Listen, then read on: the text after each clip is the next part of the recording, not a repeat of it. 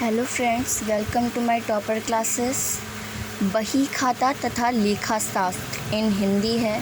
Accounting का syllabus है। Doctor SN. Shukla की बुक है। क्लास 12th है।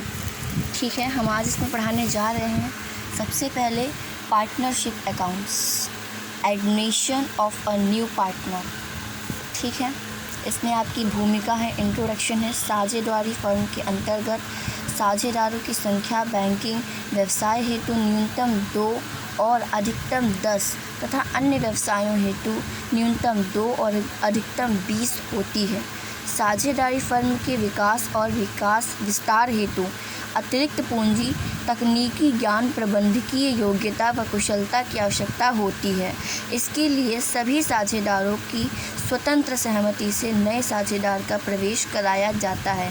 अर्थात आप लोग को समझ में आया दोस्तों, हमें ये बता रहे हैं कि साझेदारी जो फर्म है उसके अंतर्गत साझेदारों की जो संख्या यानी कि पार्टनर्स की जो संख्या है वो बैंकिंग व्यवसाय है तो यानी कि जो बैंकिंग सेक्टर्स होते हैं उनमें न्यूनतम 2 और अधिकतम यानी कि मिनिमम जो है वो 2 पार्टनर्स हो सकते हैं और मैक्सिमम जो है वो 10 पार्टनर्स हो सकते हैं। और अन्य व्यवसाय के जो अदर बिजनेस सेक्टर्स हैं उनके लिए बताया गया है कि मिनिमम में 2 और मैक्सिमम में 20 होती। मिनिमम 2 तो होना ही, सिंगल पार्टनर तो हो नहीं सकता है, 2 तो होना होता ही है। मैक्सिमम के लिए बताया गया है कि इसमें बैंकिंग सेक्टर में 10 है और उसके लिए 20 है। साझेदारी फर्म के विकास और विस्तार हेतु अतिरिक्त पूंजी, तकनीकी ज्ञान, प्रबंधन की योग्यता और कुशलता की आवश्यकता होती है ना। इसके लिए सभी साझेदारों की स्वतंत्र सहमति से नए साझेदार का प्रवेश कराया जाता है। जब ऑल पार्टनर्स आपके एग्री होंगे तभी नया साझेदार यानी कि जो न्यू पार्टनर है उसे एंट्री मिल सकती है बिजनेस में। नए साझेदार को फर्म में शामिल कराते समय उसे फर्म के कुल लाभ का एक हिस्सा दिया जाता है। यानी कि फर्म में हमारे जितना भी लाभ हुआ, जितना भी प्रॉफिट हुआ उसका एक जो उसका हिस्सा बनेगा जितना भी वो उसे दिया जाएगा। इस हिस्से को पूरा करने के लिए सभी पुराने साझेदार संयुक्त रूप से, कुछ साझेदार व्यक्तिगत रूप से अपने लाभ के हिस्से का परित्याग करते हैं। भाई जैसे कि मान ली 5 पार्टनर्स हुए एक फर्म में, अब उनको सबको 1/5 सबको मिलता है, 1 पार्टनर्स।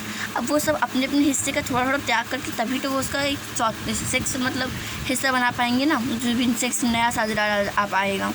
तो बस वही चीज़ है कि जो त्याग करते हैं उसे सैक्रिफाइसिंग रेशियो भी कहते हैं।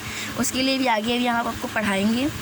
हिस्सा दिया जाता है। इस हिस्से को पूरा करने के लिए सभी पुराने साझेदार संयुक्त रूप से, कुछ साझेदार व्यक्तिगत रूप से अपने लाभ के हिस्से का परित्याग करते हैं।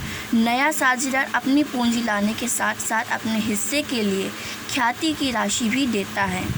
ठीक है, जो नया साझेदार है वो जब आता है तो अपनी पूंजी देगा, पूंजी के साथ साथ ख्याति की राशि भी देता है। ख्याति क्या होती है हम अभी आपको नेक्स्ट चैप्टर में पढ़ाएंगे।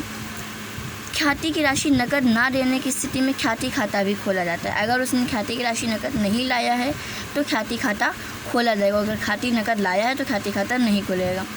नया साझेदार प्रवेश की तिथि से फर्म के लाभों या हानियों एवं संपत्ति तथा दायित्वों में हिस्सा पाने का अधिकारी हो जाता है। फर्म प्रवेश की तिथि के पूर्व के लाभों या हानि तथा संपत्ति व दायित्वों के पुनर्मूल्यांकन के फलस्वरूप लाभों या हानियों का पुराने साझेदार अपने पुराने लाभ हानि में अनुपात में बंटवारा करते हैं। ठीक है, रिवैल्यूएशन अकाउंट बनता है इसका एक। अब आगे हम चलते हैं प्रश्न पर। इसको आप थ्योरीज को आप पढ़ लीजिएगा, स्क्रीनशॉट ले लीजिएगा, मैं आपको दिखा देती हूँ। नए साझेदार के प्रवेश के समय लेखांकन की समस्याएँ ये पूरी यहाँ तक आएंगी। फिर नए साझेदार के प्रवेश पर नए लाभ हानि अनुपात और त्याग के अनुपात की गणना। ये देखिए रेशियो दे रखा है, नया लाभ हानि अनुपात इज इक्वल टू पुराना लाभ हानि अनुपात माइनस त्याग का अनुपात। ये देखिए न्यू प्रॉफिट शेयरिंग रेशियो, जो इंग्लिश मीडियम के बच्चे उनके लिए भी है। New profit sharing ratio, old profit sharing ratio minus sacrificing ratio. ये त्याग के अनुपात के लिए है। त्याग के अनुपात की डेफिनेशन है, साफ साफ देख लीजिए। Sacrificing ratio is equal to old profit ratio minus new profit ratio. आप इस थ्योरी को पढ़ लीजिएगा। ये अंतर है, ये बहुत ही इंपॉर्टेंट, मोस्ट इम्पॉर्टेंट अंतर होता है। ये क्वेश्चन में अक्सर पूछा जाता है। नया लाभ अनुपात, त्याग का अनुपात, इन दोनों में अंतर, न्यू प्रॉफिट शेयरिंग रेशियो और सैक्रिफाइसिंग रेशियो। नेक्स्ट हम आ जाते हैं अनुपात निकालने की विभिन्न स्थितियाँ। ये लीजिए फ्रेंड्स, आज हम इस क्वेश्चन को सॉल्व करेंगे। ये रहा हमारे पास ये क्वेश्चन और आज हम इसको सॉल्व करने जा रहे हैं।